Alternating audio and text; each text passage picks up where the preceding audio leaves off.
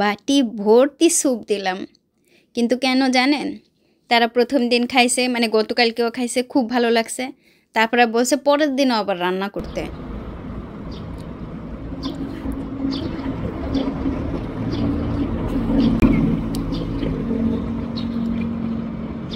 আজকে মে মাসের 25 তারিখ, রবিবার দিন। রোদ ঝলমল করছে চারিদিকে। আর আপনাদের দুলাভাই আজকে সকাল 6টার দিকে একেবারে চলে গিয়েছে কাজে। রবিবার দিনও কাজে গিয়েছে, কারণ কোথায় যেন ব্রিজের কাজ হচ্ছে, সেই ব্রিজের কাজ করবে। আমি তো একটু আগেই ঘুম থেকে উঠলাম 11টার দিকে। গতকালকে কি রান্না করেছিলাম তাই শেয়ার করব। হ্যালো, আসসালামু আলাইকুম। আমি কলিকল্পনা, সাউথ কোরিয়া থেকে।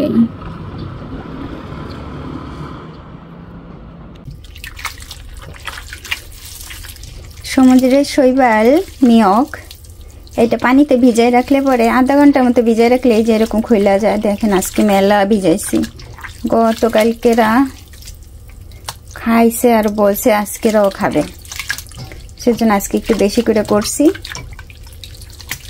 দেখেন অনেক ভিজাই ফেলছি, বেশি ভিজাই ফেলছি। বেশি ভিজাই ফেললে আবার অন্য কিছু করা যায়। এটা কিমচিও তৈরি করে দেওয়া যায়। এতে ভালো করে পানি দিয়ে ধুয়ে একটা ঝাঁঝরিতে ঝরা দিয়ে নেব শাকগুলো। তেল দিয়ে দিচ্ছি।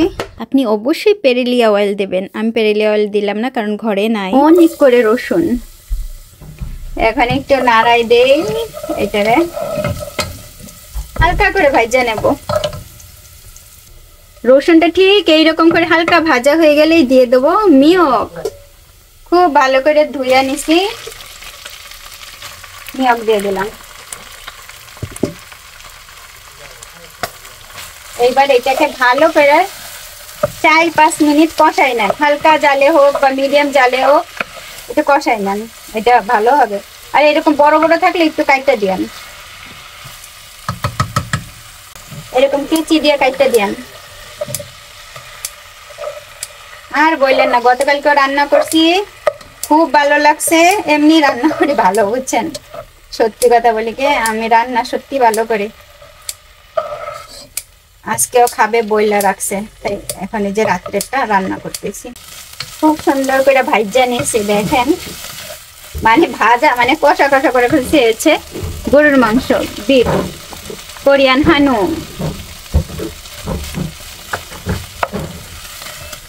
এখন এটারে ভালো করে হালকা ভাবে একটা এই যে নাড়া দিয়ে পানি দিয়ে দেবো, মতো পানি দিয়ে দেবো যেটুকু খাবো।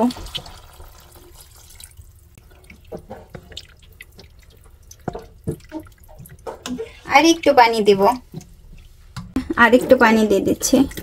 এবার জাল বাড়াই দিব। এখন দিয়ে দিচ্ছি সিজনিং সল্ট, স্বাদ মতো দিয়ে দেবেন। আপনি যতটুকু খাবেন সেই রকম ভাবে দিবেন। অল্প সয়া সস। এইবার জাল হোক 7-8 মিনিট দেদারস একেবারে জাল দিতে থাকেন। এখানে একটা সস আছে, এই সসটা দিয়ে দিচ্ছি। সামান্য মরিচের গুঁড়ো, ধুয়ে রাখা মিয়ক, বেশ অনেকটা করছি না আজকে, সেই মিয়ক। এই যে এবার হালকা করে একটা মাখান দেন। খুব বেশি করা লাগবে না, হালকা করে মাখান দিয়ে থান। এইটাই হচ্ছে একটা কিমচি। এখন অনেকে বলবেন আপু সস কিনতে পাওয়া যায়, আর যদি ঘরে তৈরি করেন তাহলে হচ্ছে সয়া সস অল্প, চিনি অল্প, শিখসো হচ্ছে ভিনেগার, এই দিয়ে তৈরি করবেন। চিনি, ভিনেগার, শিখসো, ওই যে এই সপা ভিনেগার, ভিনেগার, চিনি, সয়া সস, মরিচের গুঁড়ো, কোরিয়ান মরিচের গুঁড়ো। কতবার বলতেছি, আমার মাথা। একেবারে রান্না হয়ে গেলে দেখেন শাকগুলো একেবারে নরম হয়ে গেছে। গরম শাকগুলো নরম হয়ে গেছে।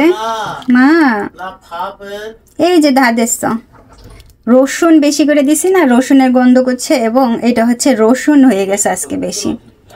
এটা বলতে পারেন রসুন মিয়ক কুক, রসুন মিয়ক কুক, মানল মিয়ক কুক। আপনারা অবশ্যই রসুনটা কম দেবেন, কারণ আপনারা তো অনেকে হয়তো বা রসুন বেশি খেতে পারেন না। জিও বা আমার হাজব্যান্ড রসুন খুব পছন্দ করে। আমি আগে একটু টেস্ট করাই আনি ওদের। হ্যাঁ 이거 좀 먹어 বাবা। অল্প একটু খাইতে দিছি, বলছে ভালো হয়েছে। এই যে এখন দিচ্ছি। আমি এগুলো কিন্তু সব বিফ হানু, কোরিয়ান হানু। ও পড়ছে, দেখেন কোথায় দিয়ে পড়লো। হ্যাঁ হ্যাঁ, 맛있어? 에? 아니 말했어? 맛있어. 아로 다른 거 이거. 초응급이어서 한순간 다 믿었던 것 같은데 그래도 한순간을 꽂자면 언제 প্রচুর গরম। এই হচ্ছে স্যুপ। 사님 덕분에 우리 시온이 살았어요. প্রচুর গরম। 감사합니다. 감사합니다.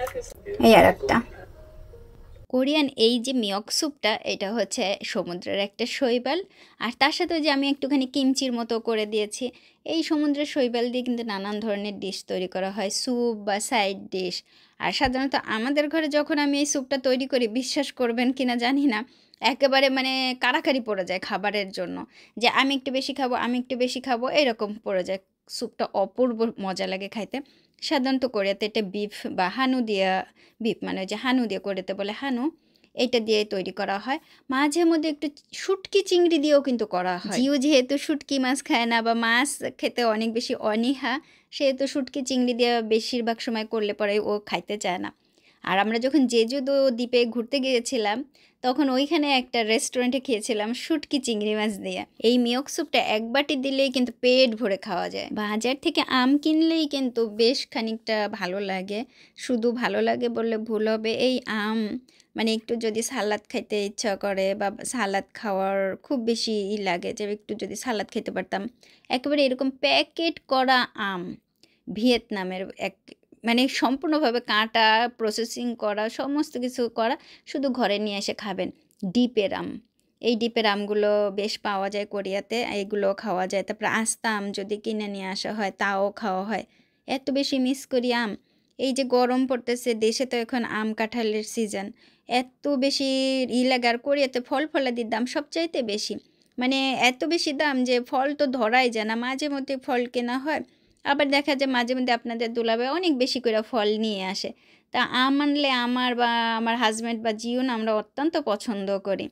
আর রাত্রেবেলা আবার আমরা কি খেয়েছিলাম, মানে আমার হাজব্যান্ডকে কি দিয়েছিলাম, ওই যে ডিমের একটা করে দিলাম স্টিম একবারে, তারপরে ছিল একটুখানি মাংস ভাজা, আর এর হচ্ছে কাঁচা কাঁকড়া ম্যারিনেটেড করা, তারপরে টমেটো, এই যে ছোট ছোট টমেটো, এইগুলোই কোরিয়ানরা একেবারে এত বেশি পরিমাণে খেতে থাকে, মনে হয় যেন এইটাই ওদের কাছে ফল।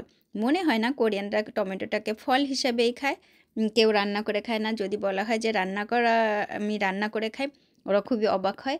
মাঝে মধ্যে ওরা কিন্তু টমেটো স্যুপ করে খায়, তখন আর কোনো কিছু হয় না। কিন্তু যদি কখনো বলা হয় যে টমেটো আমরা তরকারি করে খাই, অবাক হয়ে তাকায় থাকে যে সত্যি। তো আমার হাজব্যান্ড ওই যে ম্যারিনেটেড ক্রাবের যে আছে জ্যামগুলো আছে, ওইটা দিয়ে যে ভাত খাচ্ছে। তার সাথে তো একটু কিমচি ছিলই, নাপা ক্যাবেজের কিমচি। প্রায় সময় দেখা যায় যে এই যে খাবারগুলো তৈরি করি, আপনারা অনেক সময় প্রশ্ন করেন যে আপু খাবার তৈরি করতেছেন, আপনার কি কষ্ট হয় না? আপনি কি সারাদিনই রান্না করেন? আপনারা কি সারাদিনই খাবারের ভিডিও করেন? হ্যাঁ, আমার চ্যানেলটা মূলতই হচ্ছে খাবার তৈরি এবং খাবার খাওয়ার ভিডিও। এটাকে কোরিয়াতে বলে মকপাং। দেখবেন যে কোরিয়ান অনেক অনেক ব্লগাররা আছেন, যে বড় বড় ব্লগাররা আছেন, যারা খাবার অনেক তৈরি করেন, কিন্তু খাবারের ভিডিও দেখবেন শুধু চাবাচ্ছে কিন্তু খাইতেছে না। শুধুমাত্র আমি তো সবসময় ওদের খাবারটাই বেশিরভাগ সময় দেখি মুখে নিয়ে খুব সুন্দর করে চাবাচ্ছে, অনেক অনেক খাবার নিয়ে বসছে। এটা ওরা খায় না, শুধুমাত্র ওরা শো করে, হয়তো বা নিচে থেকে ফেলে দেয় বা হয়তো বা গেলে, আমি জানি না, কিন্তু গেলার ভিডিও তো দেখি না, সেজন্য বলতে পারি না। কিন্তু আমরা আসলে এই খাবারটা সম্পূর্ণভাবেই খাবার ফেলে দেই না, যতটুকু নিয়ে আসি বা যতটুকু দেই একেবারে করে দেই, যে এটুকু ওরা খেতে পারবে বা আমি এতটুকু খেতে পারবো, ততটুকু নিয়ে এসেই খাই। এটাই হচ্ছে মকপাং আমাদের, কারণ কোরিয়াতে মকপাংটা অনেক বেশি জনপ্রিয়। আর এটাই আমি বেছে নিয়েছি আমার চ্যানেলের জন্য। সুতরাং অনেকে চিন্তা করেন যে সত্যিই আমাদের এটা খাওয়ার আমরা সারাদিন খাই কিনা? হ্যাঁ, আমরা সারাদিনই খাই। যখনই সময় পাই, যখনই সুযোগ পাই খাওয়া আরম্ভ হয়ে যায়। আরেকটা কমেন্ট আসে যে আমরা বাঁ হাতে খাই কিনা? এইটা তো এখন তো সবাই জানে যে এটা ক্যামেরার জন্য মনে হয় বাম হাত ডান হাত, সবাই তো ডান হাত দিয়ে খায়, কিন্তু তারপরেও লেফট হ্যান্ডেড অনেকেই আছেন। আবার অনেকেই লিখেছেন আপনারা কি পরিবারগতভাবে বাম হাতে খান?